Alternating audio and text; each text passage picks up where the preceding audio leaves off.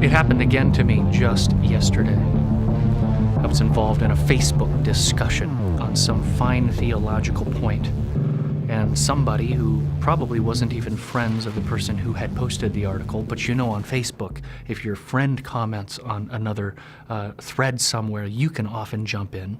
Somebody jumped into the Facebook thread and said, "Why are you guys arguing over this issue of theology and how to read the Bible? Don't you know that the Bible's been edited and translated hundreds of times and nobody can be certain about what it really says?" This is happening more and more frequently, particularly as the world gets smaller and social media is taking over. These sorts of ideas are becoming more and more prevalent. I hope that this series of commentaries that I'm doing has been helpful to you as you think about maybe how you may respond to that sort of criticism when it comes. Because as we've seen, the truth is far from the idea that we can have no idea what the original text was. Last week we talked about how we can tell the difference between a copy that has a mistake in it and something that is truly reflective of the original. I gave the analogy of the teacher writing out the paragraph and having the children copy it down and then erasing the paragraph. You could actually reconstruct what the original text is because not everyone makes the same kind of mistake. I want to talk a little bit more about these errors that creep in, things that copyists do that don't reflect the original. I've talked about a few of them. I've talked about copying a text and having your eye go back to a wrong line, for example, so that you're just missing a series of words. That's fairly identifiable. There can be spelling mistakes. Some words have tense changes with very subtle differences between one tense and another, and you can get the tense wrong. But occasionally in Scripture, there's a few strange variations. For example, in John chapter 5, Jesus heals an invalid, a man who's been paralyzed, and he finds this invalid at a pool. And there's a strange verse in many manuscripts of John that says that he's waiting by the pool because the angels come down and stir the waters. And when the angel stirs the waters, that's when everybody jumps in the pool. And if you get in the pool, you'll be healed. You probably, in your modern translation of that passage in John 5:3, you probably won't see that. It will be in a little footnote at the bottom. Why?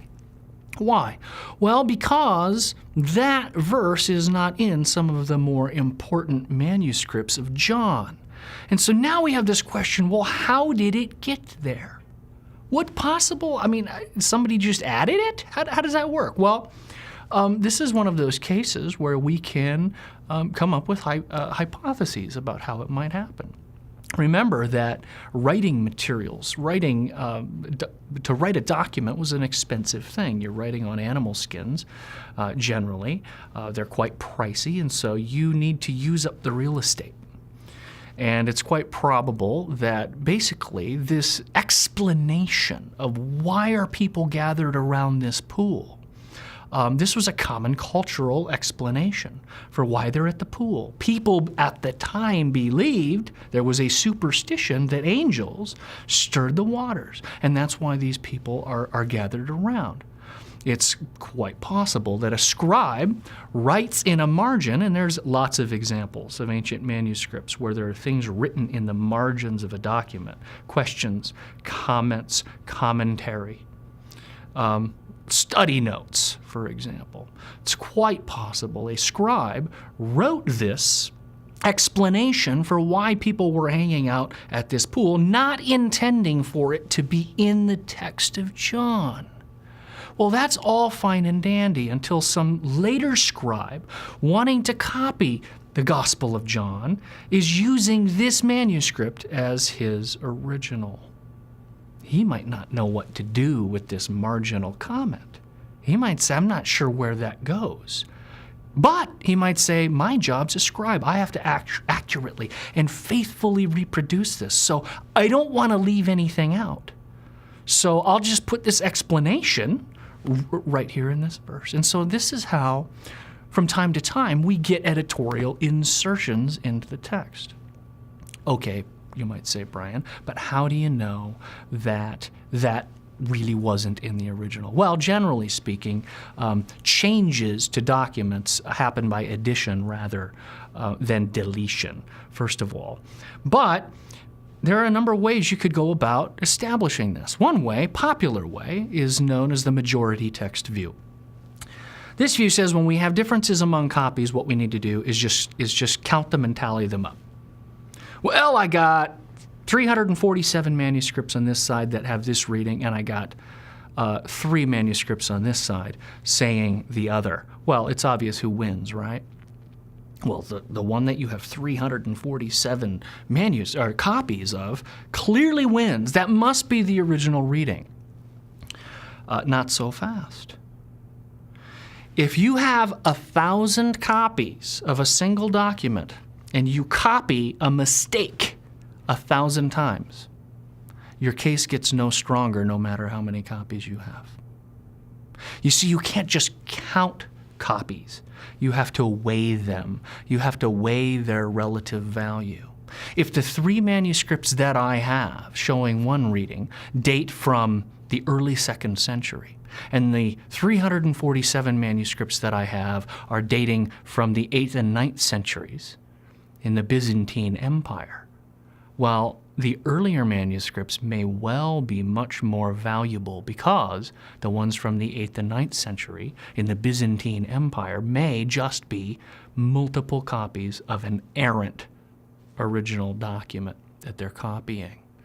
So it's not just counting documents, it's weighing documents. This is the discipline of textual criticism. It's a fascinating discipline, as I've mentioned before.